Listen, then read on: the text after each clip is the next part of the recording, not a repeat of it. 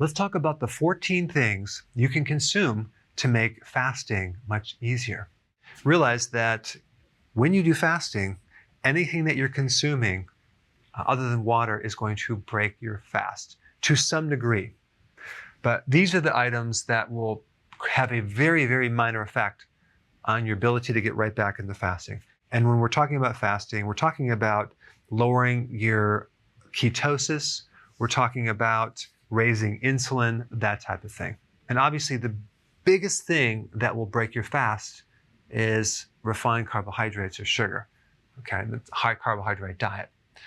Protein also has the ability to break your fast because protein can stimulate insulin, and a good portion of protein actually turns into fuel in your body. And this is why if you're doing fasting, and then let's say you work out and you take some branched chain amino acids right before the workout, during your fast, you will break your fast because that would stimulate glucose or collagen or bone broth. Those will actually increase insulin. Now, the two things that don't seem to have that much effect on insulin are fats and fiber. Fiber has a zero effect on insulin. So when you're consuming leafy greens, for example, that are very high in fiber, low in sugar, that will have a very minimal effect on insulin. But on the flip side of that, anything that you eat in general of any significance, if it has a certain quantity of calories, can stimulate insulin to a certain degree. So that being said, let's just go through the things that you could consume that will have a minimal effect on your ability to stay in ketosis and do your fast. Now, number one, MCT oil. This is very, very good, especially when you're starting out, especially in the morning, maybe to put in your coffee, because MCT oil will turn into ketones very, very fast. And then your brain can run on the ketones, your heart can run on the ketones. You can use these ketones as energy, and MCT oil will allow you to go longer without getting hungry. So that would be number one. Number two, coffee. Coffee does not have a lot of calories, and it doesn't seem to break the fast very much. So coffee would be okay, as long as you don't put sugar in it. Now, if you add an alternative sweetener, maybe a little erythritol or stevia or monk fruit, that would be totally fine. But let's say, for example, you want to add whole cream. So a little bit of whole cream will have a very minor effect, and I wouldn't worry about it too much. So coffee can help you fast longer. It can reduce hunger. Number three, exogenous ketones. Another name for this would be ketone salts. So let's say, for example, you're fasting and you feel tired or you have brain fog. You could basically just take ketones and they go into your blood, and then your brain will pick it up, because if the brain has a choice between glucose or ketones, it'll always pick ketones. But if your body has not adapted yet and you haven't generated the ketones, you can end up with low blood sugar and you might feel kind of funky and tired. But if you provide the ketones for the brain, it will suck them up and use them for brain energy. So this could help you feel better while you're fasting, especially with brain fatigue or lethargy. Number four, tea. Drinking tea can greatly help you go longer when you fast, especially with the phytonutrients in the herbs that make up the tea. Number five, electrolytes. By taking certain minerals, and realize there's hardly any calories in here unless you're getting the wrong type of electrolytes that has glucose in it, which we never recommend. But the minerals, the trace minerals and electrolytes, will actually help your blood sugars and help your energy of your muscles, and it just makes it easier to do fasting. Number six, probiotics. Probiotics are healthy bacteria that can help stabilize blood sugars. All right, number seven, B vitamins. B vitamins will help insulin resistance. It will give you energy. So these B vitamins are needed at the cellular level, especially when you're doing fasting or ketosis. All right, apple cider vinegar has a great effect on your blood sugars, and it can allow you to go a lot longer without eating.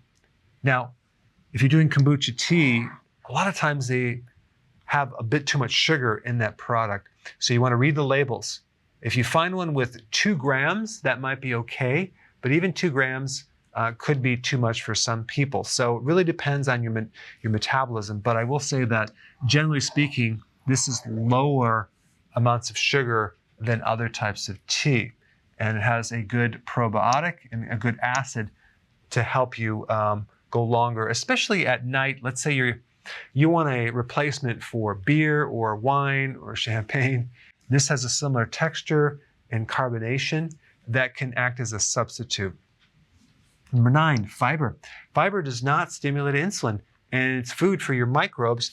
And the microbes actually make butyric acid, which is actually kind of in the family of ketones, and that can help stabilize your blood sugars and improve insulin resistance. So if you were to do a concentrated green fiber or a wheatgrass juice powder, that usually should be totally okay because you get the nutrients from it. And if you're doing a greens drink with fiber, the fiber actually can act as food for your microbes. So that would be something that could enhance things because it's almost like you're consuming a dehydrated form of a vegetable, and you can even feel more satisfied with that.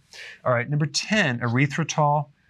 So you can put that in your coffee, but erythritol has a 0 effect on the glycemic index. So it gets absorbed in the small intestine, and it gets in the blood, and it gets pushed out to the kidneys unchanged. So it's a sweetener. So if you were to add that with the tea or the coffee, whatever, that would be fine. Or stevia or monk fruit. These 3 sweeteners do not have hardly any effects on your blood sugars. Number 11, lemon juice. Now there is a little bit of carb in lemon juice, but a little lemon juice in your water is totally fine. And for the most part, it really won't break your fast for more than a minute. Okay, but it can actually help reduce the risk of kidney stones and even gout or high levels of uric acid. All right, number 12, amino acid blend. So protein in general will stimulate insulin, but there are certain blends of amino acids, like the keto essential amino acids, that have an effect of not providing fuel for the body, but mainly for recovery. So straight amino acid blend could have a great effect right after you work out to give you certain amino acids without giving you that insulin spike. If you want more information, I put a link down below. All right, number 13 is sea salt. This is very, very important. I recommend the Himalayan pink sea salt. That would be something that I really like. But sea salt actually can make you actually feel stronger, your muscles. It can help with your energy level because if you're deficient in salt, you can have like the keto flu or keto fatigue. So this could give you more energy. And lastly, number 14 is just water. Now, I'm not just recommending drinking massive amounts of water, like gallons, to somehow satisfy you, but I will say that when you're doing fasting, if you're a stone former and you develop kidney stones, you may find that your uric acid goes up and potentially you could form a uric acid stone. But if you're drinking enough water, and I'm talking about 2 to 2.5 liters per day, you're going to pretty much dilute the urine, so you're not going to form a kidney stone. So drinking more water can help you. Now, when you're doing fasting, you're going to find that you're going to get a fluctuation in hormones. And when you get this fluctuation, you may go through a little bit of hunger at certain points, especially in the morning at 8 o'clock when you have a little spike of cortisol and you might feel like you need to eat. If you just ignore that transient hunger, that will go away in most cases. But if it persists, then go ahead and eat. But if you're going through a little wave of I'm a little hungry and then all of a sudden it goes away, just realize that is just a hormonal flux. And you just want to ignore it and push through that and go a little bit longer. All right, thanks for watching. So I wanted to say thank you so much for watching my videos. I really, really appreciate it. Now, if you have benefited from my information or videos and want to share it with the world, I would love to have you write up a success story.